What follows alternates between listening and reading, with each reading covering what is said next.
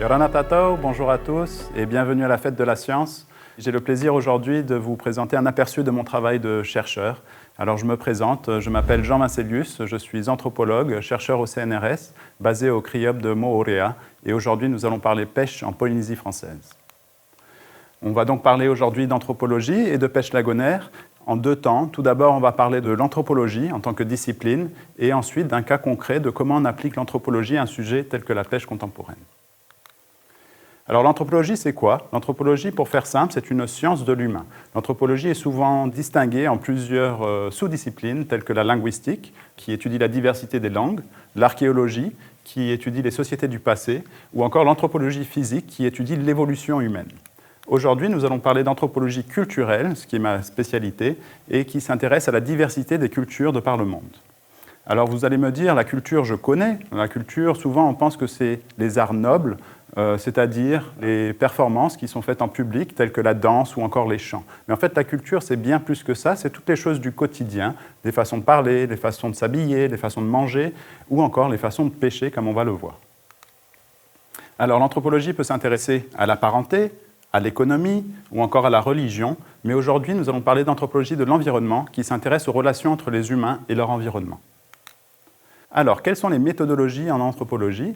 La méthode principale est celle de l'entretien. L'entretien consiste à discuter avec les gens, écouter les gens sur des sujets particuliers, souvent en face à face. Alors, l'anthropologie n'est pas une discipline qui requiert beaucoup de matériel.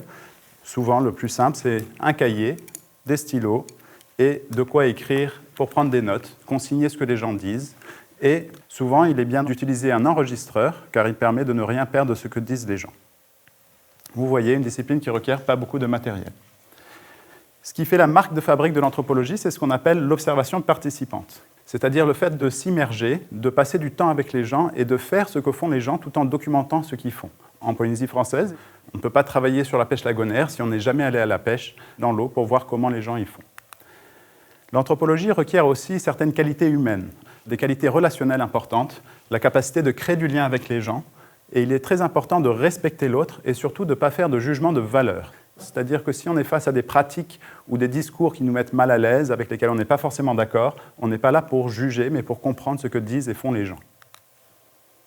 Alors, en anthropologie, on s'intéresse au savoir, ce que les gens savent, aux pratiques, ce que les gens font, et aussi aux organisations et aux institutions qui font que les gens travaillent ensemble dans un but précis. Alors on va commencer avec les savoirs. En travaillant sur la pêche en Polynésie française, on va tout d'abord chercher à comprendre quels sont les noms qu'utilisent les pêcheurs pour désigner les différentes espèces de poissons. Ici, on voit les carangues et les différents noms qu'utilisent les Tahitiens pour les nommer. Et ce qui est très intéressant en tahitien, c'est que certaines espèces telles que le chinchard, qui est appelé ature, aramea ou orare, selon la taille. Alors comment on fait pour travailler sur tous ces noms et pour documenter ces savoirs? Le plus important est de travailler avec des photos. Ici, on a une photo de tous les poissons consommés en Polynésie française. Vous voyez, il y en a beaucoup. Et avec ces photos, on peut faire le lien entre les mots en tahitien et les noms scientifiques. C'est très important et je vais vous donner un exemple, celui du Calotomus carolinus, un perroquet des herbiers, qui, selon les endroits où se trouve à Tahiti, peut être appelé le tapio, peut être appelé le paparu ou encore le paati paparu. Alors, sans cette photo, on a du mal à savoir le mot qu'utilisent les gens, à quelle espèce il correspond. Donc, très important d'avoir ce type de matériel. Alors, sur les noms de poissons en tahitien, on va prendre un exemple de deux familles de poissons, celle des demoiselles et celle des carangues. Les demoiselles sont des poissons qui ne sont pas consommés en Polynésie française, donc pas forcément très intéressants, et les carangues, par contre, sont très appréciées par les pêcheurs polynésiens. Les demoiselles, on en recense à peu près un peu plus de 25 espèces en Polynésie française, avec chacune un taxon scientifique, c'est-à-dire un nom scientifique pour les désigner. Et pour les carangues, on compte 13 espèces et 13 taxons, mots scientifiques pour les désigner. En tahitien, pour ces espèces qui ne sont pas consommées, on n'a qu'un seul nom, atoti, pour parler de tous ces poissons, parce qu'on ne les consomme pas. Par contre, les carangues qui sont très appréciés, on a jusqu'à 20 mots tahitiens, 20 taxons tahitiens pour parler de ces 13 espèces. On voit donc plus de taxons pour des espèces importantes. Ensuite, après les savoirs, les anthropologues, on s'intéresse aussi aux pratiques, c'est-à-dire qu'est-ce que font les gens dans la vraie vie.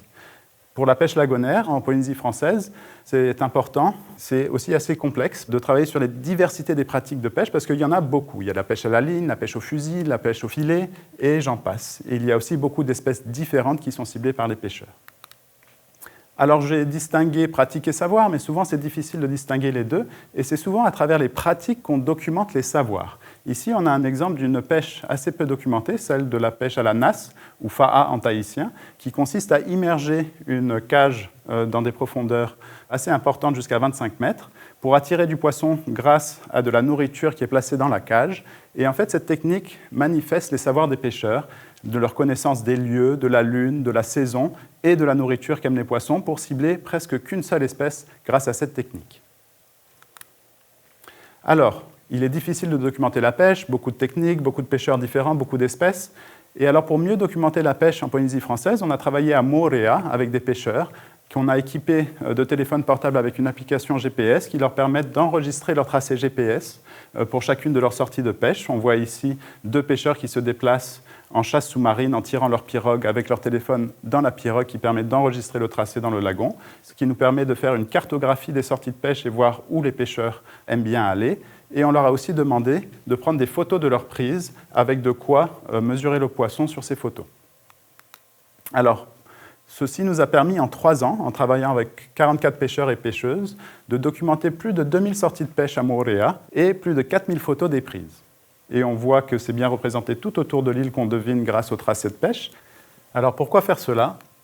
Grâce aux données collectées, on peut produire des cartes comme celle-ci, où on a une cartographie des sorties de pêche ciblant une espèce en particulier, le Naso-unicornis oumé en tahitien, qui est une espèce très appréciée, mais très fuyante et difficile à voir par nos collègues scientifiques. Donc grâce aux données collectées par les pêcheurs et les espaces qu'ils ciblent le plus, on peut avoir une meilleure opportunité pour cibler des endroits où observer ces poissons, mieux les connaître et mieux les comprendre. Alors on s'intéresse aux espaces, mais on s'intéresse aussi aux espèces et à la diversité des espèces que ciblent les pêcheurs pour chaque capture et leur taille. Ici, les pêcheurs nous ont fourni des photos, et pour chaque photo, il faut presque 5 à 10 minutes pour traiter une photo, parce qu'il faut pointer chaque poisson et le mesurer manuellement. C'est un travail fastidieux. Maintenant, grâce aux avancées technologiques et à l'intelligence artificielle, on fournit aux pêcheurs des bâches sur lesquelles ils disposent leurs poissons, et grâce à cette bâche, on peut alimenter la photo sur un ordinateur qui identifie automatiquement en quelques secondes les différentes espèces, qui va reconnaître qu'il y a ici un Napoléon, qu'il y a ici un Naso-unicornis oumé, et qui va fournir la taille de chaque poisson. On gagne un temps énorme.